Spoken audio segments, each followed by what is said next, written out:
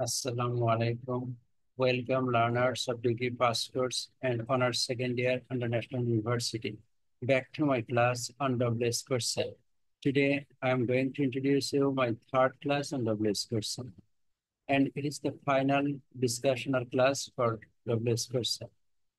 এটা হচ্ছে শেষ পর্ব WS কোশ্চেনের উপরে এবং আজকের এই ক্লাস শেষে আমরা পূর্ণাঙ্গভাবে জানতে পারবো কিভাবে ডব্লিউএস কোশ্চেন গুলো খুব সহজে একটি রুলের মাধ্যমে কমপ্লিট করা যায়, শেখা যায়।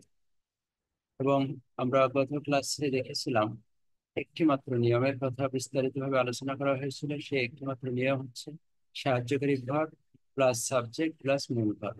অর্থাৎ প্রত্যেকটা ক্ষেত্রে আমরা সাবজেক্টের আগে সাহায্যকারী ভার্ব এবং মূল ভার্ব দিয়ে বাকি অংশগুলো বসিয়ে সেই জিজ্ঞাসাবাদক চিহ্নটা বসাবো।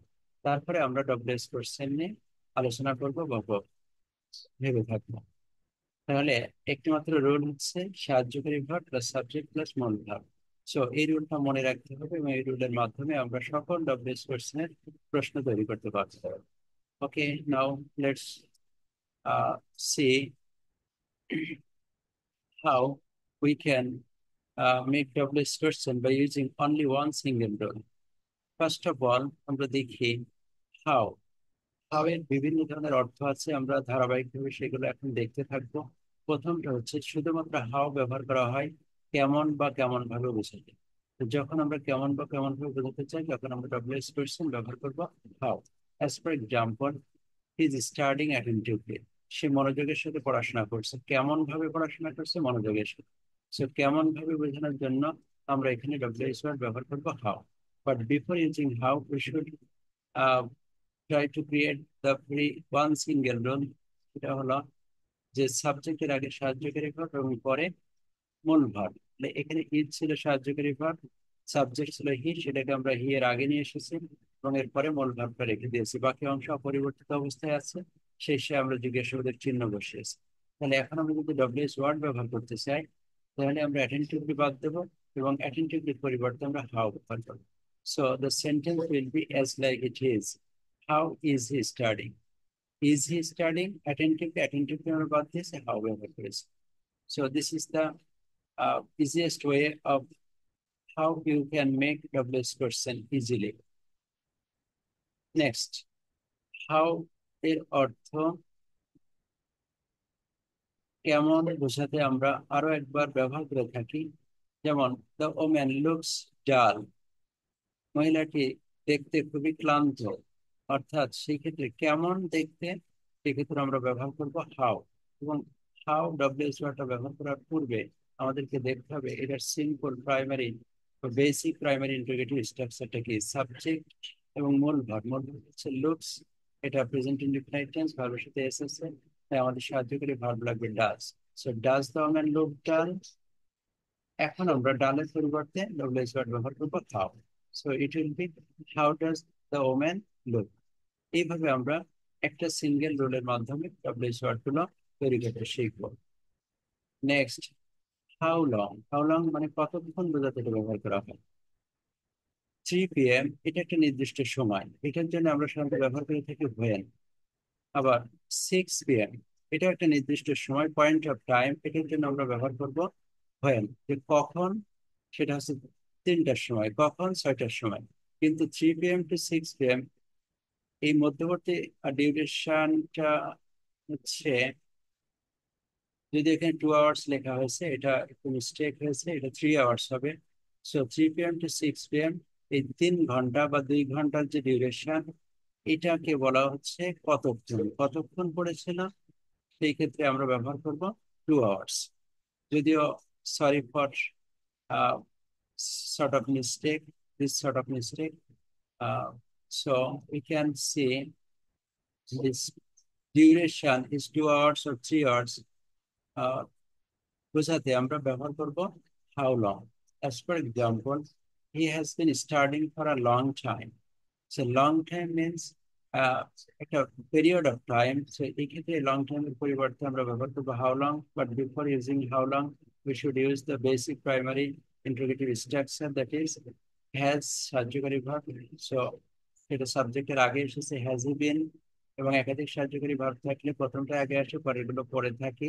So has he been studying for a long time? So এখন আমরা লং টাইম এর পরিবর্তে ব্যবহার করবো হাউ লং, বাকি অংশ অপরিবর্তিত থাকবে। So how long has he been studying for. এইভাবে আমরা একটি নিয়মের মাধ্যমে ডব্লিউএইচ ওয়ার্ড ব্যবহার করে কোশ্চেন গুলো তৈরি করতে শিখবো। Next C how much.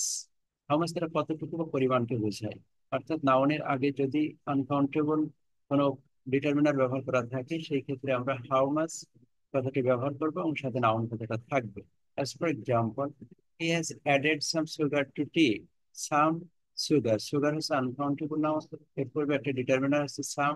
সেই সামের পরিবর্তে আমরা ব্যবহার করবো how much. Before using how much, we should use the basic primary structure.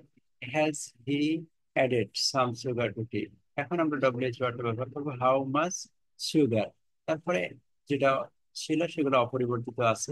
Has he added to T. So very simple. যদি তোমরা বেসিক প্রাইমারি স্ট্রাকচারটা হেল্প নিতে চাও তাহলে তোমরা খুব সহজেই WH কোশ্চেন গুলো তৈরি করতে পারবে। দেন হাউ মেনি, এটা সংখ্যাবাচক কোনো কিছুর পরিবর্তে ব্যবহার করা হয়ে থাকে। যেমন he will meet 10 students. 10 indicates a number এবং কাউন্টেবল নাম্বার। সেই কাউন্টেবল নাম্বার বা ডিটারমিনারের পূর্বে আমরা সাধারণত ব্যবহার করে থাকি হাউ মেনি। তো এটার বেসিক প্রাইমারি ইন্টারোগেটিভ স্ট্রাকচার হচ্ছে will he meet 10 students. Will he meet 10 students. এখন আমরা 10 এর পরিবর্তে ডব্লিউএইচ ওয়ার্ড ব্যবহার করবো হাউ মেনি এবং স্টুডেন্ট নাউন, নাউনটা পরিবর্তিত থাকবে। তো how many students will he meet. তো এইভাবে সংখ্যার পরিবর্তে আমরা হাউ মেনি, পরিমাণের পরিবর্তে আমরা হাউ মাচ এবং কেমন বা কেমন ভাবে বোঝাতে শুধুমাত্র হাউ ব্যবহার করে বেসিক ইন্টারোগেটিভ প্রাইমারি স্ট্রাকচারের মাধ্যমে ডব্লিউএইচ কোশ্চেন তৈরি করতে পারবো ইনশাআল্লাহ। নেক্সট হাউ ওল্ড, যারা সাধারণত বয়স বোঝানো হয়, অর্থাৎ কারো বয়স জানতে চাইলে আমাদেরকে হাউ ওল্ড শব্দটি বা ডব্লিউএইচ ওয়ার্ডটি ব্যবহার করতে হবে। and he is 10 years old. So in that case what should we use? এই যে ভার্বটা আছে এবং দুই পাশে যে ভার্বগুলো তোমরা দেখতে পাচ্ছ, এই ভার্বগুলো থাকলে এগুলো সাহায্যকারী ভার্বের কাজ করবে। সো এই ইজটাকে আমরা সাবজেক্টের আগে নিলাম এবং যেই ক্ষেত্রে আমরা একটি মাত্র ভার্ব পাবো, এই ভার্বগুলোর মধ্যে থেকে সেটি সাহায্যকারী এবং মূল ভার্বের কাজ করে থাকবে, সেই ক্ষেত্রে আলাদা করে মূল ভার্বের দরকার হবে না। এই ভার্বটাকে আমরা সাবজেক্টের আগে নেব। So is he 10 years old. তো এখানে আমরা ওল্ড এর পরিবর্তে আমরা লিখছি হাউ ওল্ড। 10 ইয়ার্স ওল্ড বয়স জানার ক্ষেত্রে আমরা লিখছি হাউ ওল্ড ইজ হি। তাহলে ইজ হি আমরা নিয়েছি, 10 ইয়ার্স ওল্ড এর পরিবর্তে আমরা ব্যবহার করেছি হাউ ওল্ড। সো এইভাবে তোমরা অবশ্যই বেসিক প্রাইমারি স্ট্রাকচারের মাধ্যমে ডব্লিউএইচ কোশ্চেন গুলো তৈরি করবে। নেক্সট হাউ ফাস্ট, সাথে স্পিড বোঝাতে, গতি বোঝাতে আমরা হাউ ফাস্ট ব্যবহার করে থাকি। যেমন the bus runs at 60 kilometre per hour. ঘন্টায় 60 কিলোমিটার বেগে চলে, তো বাসের গতি কত সেটা জানার জন্য আমরা ব্যবহার করবো how fast. So basic integrative primary structure হচ্ছে does the bus run at 60 kilometre per hour. এখন আমরা 60 কিলোমিটার পার আওয়ার কে বাদ দিয়ে আমরা ব্যবহার করবো how fast. Does the bus run, কত গতিতে বাসটা চলে। সেই স্পিড বোঝাতে আমরা ব্যবহার করবো হাউ ফাস্ট। এটা এইগুলো হচ্ছে, এইভাবে আমরা বেসিক প্রাইমারি ইন্টিগ্রেটিভ স্ট্রাকচার ব্যবহার করে প্রত্যেকটা অ্যাসার্টিভ বাক্যকে খুব সহজে ডব্লিউএইচ ওয়ার্ডের মাধ্যমে ইন্টিগ্রেটিভ বাক্যে কনভার্ট করতে পারবো। তাহলে অবশ্যই তোমরা এই নিয়মগুলো বারবার দেখে মনে রাখার চেষ্টা করবে এবং যে একটি মাত্র নিয়মের কথা বলা হয়েছে সেটার প্রতি অত্যন্ত গুরুত্ব আরোপ করে তোমরা ডব্লিউএইচ কোশ্চেন গুলো তৈরি করার চেষ্টা করবে। আরেকটি বিষয় হচ্ছে ঘড়িতে কয়টা বাজে বোঝানোর জন্য আমরা সাধারণত ব্যবহার করে থাকি হোয়াট ইজ দ্য টাইম। এখন যদি ঘড়িতে কথা উল্লেখ থাকে বাই ইয়ার ওয়াচ, তাহলে সেটা আমরা ব্যবহার করব। আমরা দুই ভাবে এই সময়টাকে জানতে চাইতে পারি। একটা হচ্ছে what is the time by your watch, আর একটি হচ্ছে what time is it by your watch. এই দুটো তোমরা মুখস্থ করে মনে রাখবে। সময় জানতে চাওয়ার ক্ষেত্রে আমরা এটা ব্যবহার করবো। যদি বাই ইয়ার ওয়াচ কথাটা যুক্ত থাকে তাহলে আমরা ব্যবহার করব, না থাকলে ব্যবহার করবো না। কিন্তু সময় জানতে চাইলে হোয়াট ইজ দ্য টাইম অথবা হোয়াট টাইম ইজ ইট, এই দুইটা যে কোনোটা লিখলে কারেক্ট উত্তর হয়ে যাবে। সো আশা করি তোমরা নিশ্চয়ই ডব্লিউএস কোশ্চেন মেকিং সম্পর্কে তোমাদের একটা ক্লিয়ার ধারণা তৈরি হয়েছে। দুইটা টেন্স এবং একটি নিয়মের মাধ্যমে খুব সহজেই তোমরা এই ডব্লিউএস কোশ্চেন মেকিং এর বিষয়গুলো আয়ত্ত করতে পেরেছো বলে আমি আশা করি। তো আমার সাথে এ পর্যন্ত তোমরা আছো, এর জন্য তোমাদেরকে অসংখ্য ধন্যবাদ। এবং লাস্ট একটা এক্সাম্পল তোমরা দেখো, ইট ইস 15 past 4 by my watch.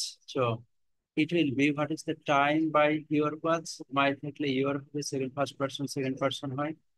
আবার যদি তোমরা লিখতে চাও what time is it by your watch, দুইটাই কিন্তু কারেক্ট। আবার যদি থাকে it is 4 o'clock now, so it will be what is the time by your watch now. সেই ক্ষেত্রে বাই ইয়ার ওয়াচ তোমরা ব্যবহার করবে না, কারণ এখানে বাই ইয়ার ওয়াচ নাই, এখানে নাও আছে। বাই ইয়ার ওয়াচ জায়গায় তোমরা নাও ব্যবহার করবে। আবার what time is it by your watch না, what time is it now, what is the time now. এইভাবে তোমরা সময়টাকে জানতে চাইতে পারো। তা আশা করি তোমাদের একটা স্বচ্ছ ধারণা তৈরি হয়েছে। তা আমাদের সাথে থাকার জন্য তোমাদেরকে অসংখ্য ধন্যবাদ। নেক্সট আমি আরেকটা ভিডিও তোমাদের দেবো, বোর্ডের উপযোগী প্রশ্নোত্তর সংবলিত। সো সেই ভিডিওটা দেখার আমন্ত্রণ জানিয়ে তোমাদের সবাইকে অসংখ্য ধন্যবাদ জানিয়ে আজকের মতো আমি এখানে শেষ করছি। আল্লাহ হাফেজ।